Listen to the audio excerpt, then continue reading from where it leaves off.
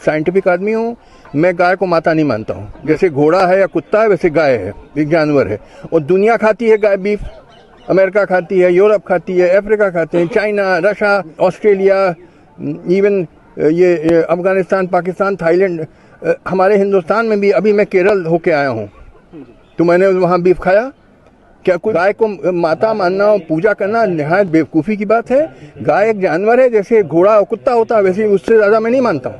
गाय माता है, गाय देवी है, पागलपन की बातें दिखाता है। दुनिया के सामने अपना मजाक उड़वा रहे हो। लोग सोचते हैं कि ये गधे हैं हिंदुस्तान में और कुछ नहीं। सुना आप लोगों ने, ये व्यक्ति मार्कंडेय काटजू है, सुप्रीम कोर्ट का, सर्वोच्च न्यायालय का ये पूर्व न्यायाधीश रह चुका है। इसने अपनी सड़ियल बुद्धि से, बड़े ही दुर्बुद्धि की भावना से, सामान्य तर्कों को ला करके हमारी आस्था का जो प्रमुख मानबिंदु है गौमाता, उस गौमाता का अपमान किया है और इसलिए इसका उत्तर आवश्यक था। ये अपने आप को साइंटिफिक बताता है। इस वीडियो के अंतिम भाग में मैं इसके साइंटिफिक तरीके के बारे में बहुत विस्तार से और बहुत पॉइंट टू पॉइंट इस बात का विवेचन करूंगा, इसलिए आप इस वीडियो को अंतिम तक जरूर देखिएगा। इस व्यक्ति ने न केवल गौमाता का अपमान किया है, अपितु करोड़ों गौ भक्तों की आस्था का अपमान किया है, करोड़ों गौ भक्तों का अपमान किया है। इस व्यक्ति ने भारतीय संस्कृति का अपमान किया है। इस व्यक्ति ने भारत माता का अपमान किया है। ये तर्क दे रहा है कि जैसे दूसरे जीव, गधा, घोड़ा, कुत्ता, वैसे गाय, इसने गाय की तुलना गधे और कुत्ते से करी, इसने गधे और कुत्ते की तुलना खुद से क्यों नहीं करी? मैं इससे पूछना चाहता हूं कि इसकी पत्नी भी एक जीव है, इसकी माँ भी एक जीव है।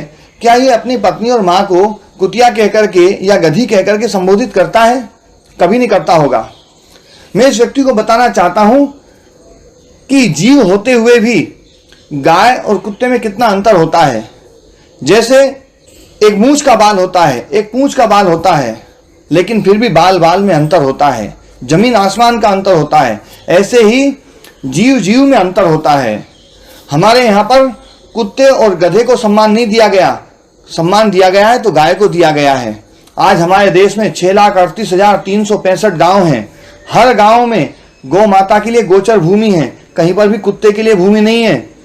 हमारे लोग गाय की पूजा किया करते थे। कोई भी त्योहार होता था, गाय की पूजा से त्योहार की शुरुआत होती थी। कुत्ते की पूजा नहीं होती थी, गधे की पूजा नहीं होती थी।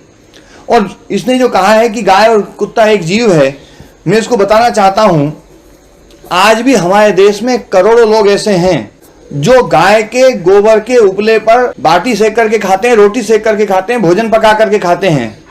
आज भी करोड़ों लोग हैं जो गाय के गोबर की लिपाई करके उसके ऊपर बैठते हैं। अपनी पाकशाला में, अपने किचन में गाय के गोबर से चूल्हे और चौके की लिपाई करते हैं। आज भी ऐसे बहुत सारे लोग हैं जो गाय के गोबर से स्नान करते हैं। मैं स्वयं करता हूं। आज भी ऐसे बहुत सारे लोग हैं गाय के गोबर को हाथों से उठाते हैं, हम सब उठाते हैं यहाँ पर।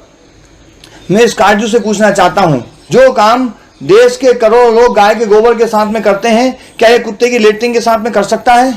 क्या ये कुत्ते की लेटरिन पर भोजन पका के खा सकता है? क्या ये कुत्ते की लेटरिन की लिपाई करके घर में उस पर बैठ सकता है?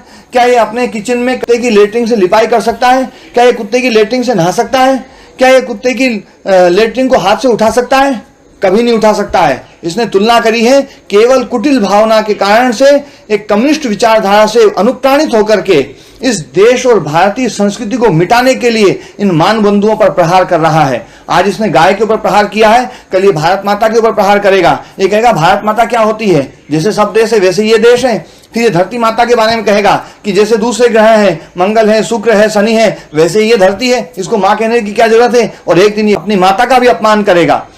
इस व्यक्ति की बुद्धि खराब हो चुकी है। ये व्यक्ति सड़ियल विचारधारा को इस देश में फैलाना चाह रहा है और ऐसा हम नहीं होने देंगे। इस व्यक्ति ने एक तर्क और कहा है कि मैं साइंटिफिक व्यक्ति हूं, मैं गाय को मां नहीं मानता। मैं इस व्यक्ति को बताना चाहता हूं कि हम मां किसको कहते हैं। मां वो होती है जो सबका कल्याण करती है।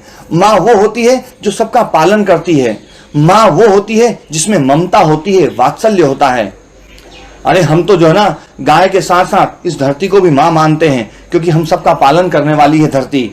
हम इस प्रकृति को भी मां कहते हैं, क्योंकि ये प्रकृति मां हम सबका पालन पोषण करती है।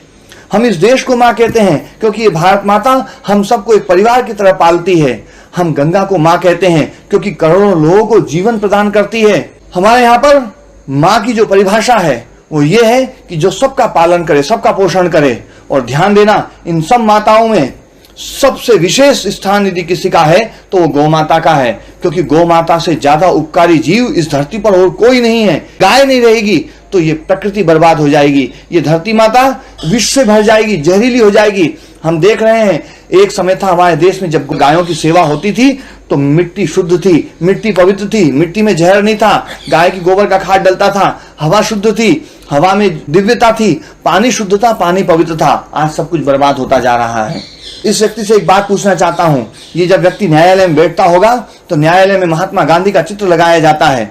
हर न्यायालय में महात्मा गांधी का चित्र होता है। महात्मा गांधी के विचार को इसने नहीं पढ़ा। महात्मा गांधी तो स्वयं गाय को मां मानते थे और कितना विशेष दर्जा देते थे। वो ये कहा करते थे कि आजादी से भी ज्यादा महत्वपूर्ण गायों की रक्षा का मुद्दा है। यदि गाय की रक्षा हो गई तो आजादी मिल जाएगी, और यदि गाय की रक्षा नहीं हुई तो आजादी मिलकर के भी वापस चली जाएगी, क्योंकि भारतीय संस्कृति को बचाने के लिए गाय आवश्यक है। मैं इस व्यक्ति को बताना चाहता हूं, इस देश की आजादी के मूल में गाय रही है। इस देश के क्रांतिकारी वीर जो स्वतंत्रता संग्राम उन्होंने जो शुरू किया था उसके मूल में गौ माता रही है। जब भारत के लोगों को पता चला था कि अंग्रेजों ने हमारे देश की गौ माता को मार करके उसकी चर्बी को कारतूस में लगा दिया है तो पूरे भारत में आग भड़क गई थी। पूरे भारत के लोग अंग्रेजों के खिलाफ खड़े हो गए थे। मंगल पांडे से लेकर के करोड़ों क्रांतिकारी वीरों ने अंग्रेजों के खिलाफ बिगुल फूंक दिया था और तब ये देश आजाद हुआ है। आज उन शहीदों की आत्मा रोती होगी इसके बयान को सुनकर के। वो सोचते होंगे ये कैसा व्यक्ति, ये कैसा निकम्मा और गधा व्यक्ति इस देश में पैदा हो गया है। और ये व्यक्ति केवल अकेला नहीं, इसने अपनी फौज तैयार करता जा रहा है धीरे धीरे। ये कम्युनिस्ट विचारधारा हमारे देश को बर्बादी की तरफ लेकर के जा रही है। हमारे क्रांतिकारी वीर जो गाय को मां कह करके और भारत को मां कह करके और जो फांसी के फंदे पर झूल जाया करते थे, मैं तो कहा करता हूं वो गो भक्त क्रांतिकारी वीर भारत माता की जय कहकर फांसी के फंदे पर चढ़ गए। वो क्रांतिकारी वीर ऐसे निकम्मों और गधों को देख करके सोचते होंगे कि हम इन गधों के लिए मर गए। इस व्यक्ति ने जो गौ माता के लिए बयान दिया है ये वास्तव में एक बहुत बड़ी गाली है। वो क्रांतिकारी वीर, उनकी आत्मा दुख रही होगी, उनकी आत्मा रो रही होगी इस गाली को सुनकर के, क्योंकि गाली की भी कोई सीमा है, कोई मर्यादा है। ये घटना तो देशद्रोह की परिभाषा से ज्यादा है। मेरी आंखों में पानी है, सीने में चिंगारी है। मारकंड ने गौ माता के दिल पर ठोकर मारी है। अनजाने में ये मत समझो कोई कहीं नहीं बोला, लेकिन कोई ये ना समझे कोई खून नहीं खोला। सुनकर हिंद महासागर की लहरें तड़प गई होंगी, शायद बिस्मिल की गजलों की बहरें तड़प गई होंगी। नील गगन में कोई पुच्छल तारा टूट गया होगा, अशफाकुल्लाह की आंखों में लावा फूट गया होगा।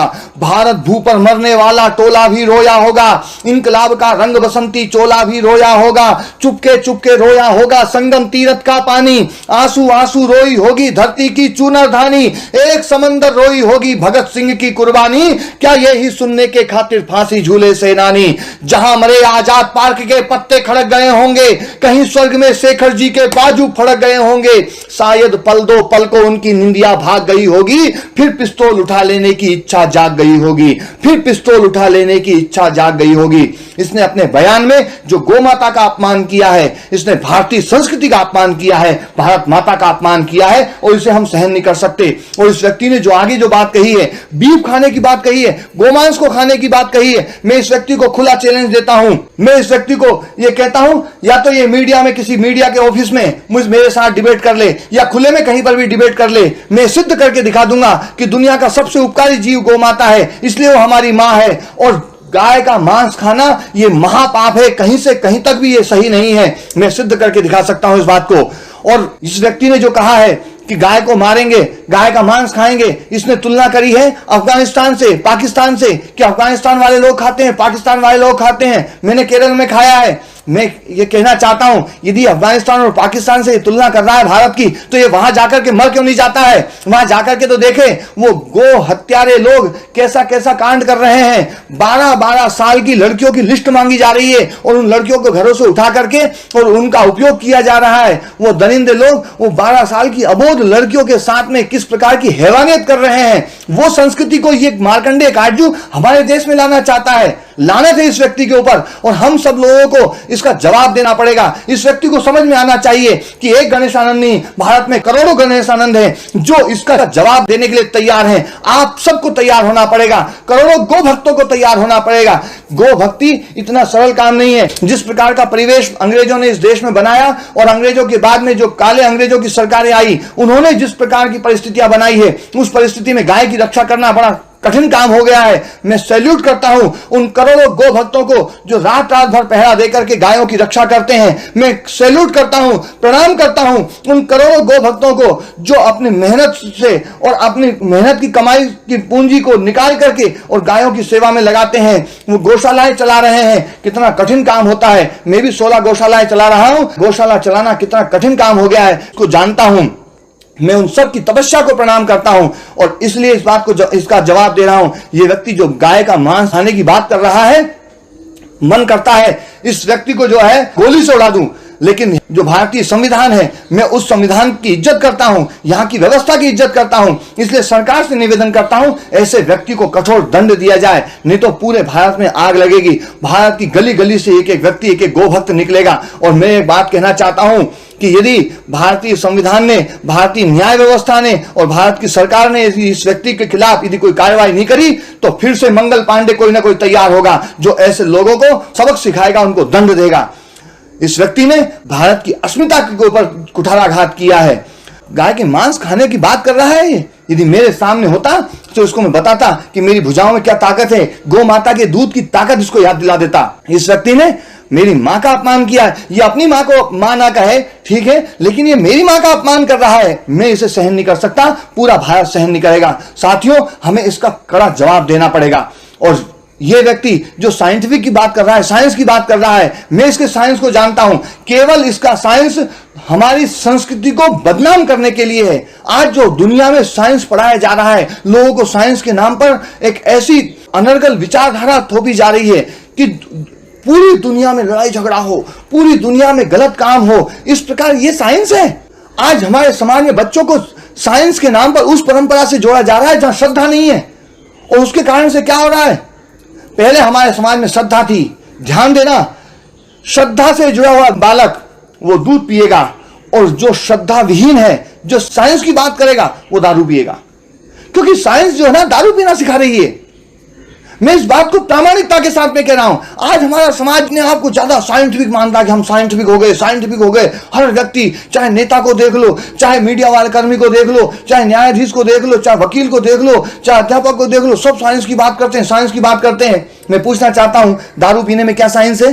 गुटखा खाने में क्या साइंस है? बीड़ी सिगरेट पीने में क्या साइंस है? मांस खाने में क्या साइंस है? रात में देर से सोना, सुबह देर से उठना, इसमें क्या साइंस है? बाजार की चीजें खाना, इसमें क्या साइंस है? ये सब चीजें बढ़ती जा रही है, साइंस भी बढ़ता जा रहा है, और ये सब चीजें बढ़ती जा रही है। इसका मतलब है आज हमारे समाज को इस प्रकार के साइंस की जरूरत नहीं है। आज हमारे समाज को श्रद्धा की जरूरत है। आज यदि हमें अपने बच्चों को श्रद्धा से नहीं जोड़ा, तो वो बच्चे आगे जाकर के वो साइंस के नाम पर स्वार्थी हो जाएंगे और वो माता पिता की सेवा नहीं करेंगे। ये बिल्कुल पक्की बात है। इसलिए मैं कहना चाहता हूं, ये साइंस की बात जो मार्कंडेय काट जो कह रहा है कि मैं साइंटिफिक हूं, इस व्यक्ति ने क्यों नहीं विरोध किया दारू का? ये तो न्यायाधीश था। क्यों नहीं इसने विरोध किया गुटखे का? क्यों नहीं विरोध किया इसने? आज हमारे बच्चों को जो मोबाइल में सेक्स परोसा जा रहा है, क्यों नहीं विरोध किया इसने? आज पूरे इंटरनेट को जो है पोर्न वीडियो से भर दिया गया है, क्यों नहीं विरोध किया इसने? मैं घटना का जिक्र करना चाहता हूं। एक 12-13 साल के लड़के ने पोर्न वीडियो देख करके अपनी 5-6 साल की सगी बहन के साथ में बलात्कार किया था। यह साइंस है। इस साइंस को तुम सिखाना चाह रहे हो इस देश में। ध्यान रखना मार्कंडेय काटजू, साइंटिफिक कह करके तुम केवल हमारी आस्था के साथ में खिलवाड़ करना चाहते हो। वहीं पर तुम्हें साइंस दिखाई देता है। गौ माता में तुम्हें साइंस दिखाई दे रहा है, दारू में साइंस नहीं दिखाई दे रहा, तुम्हें गुटखे में साइंस नहीं दिखाई दे रहा है।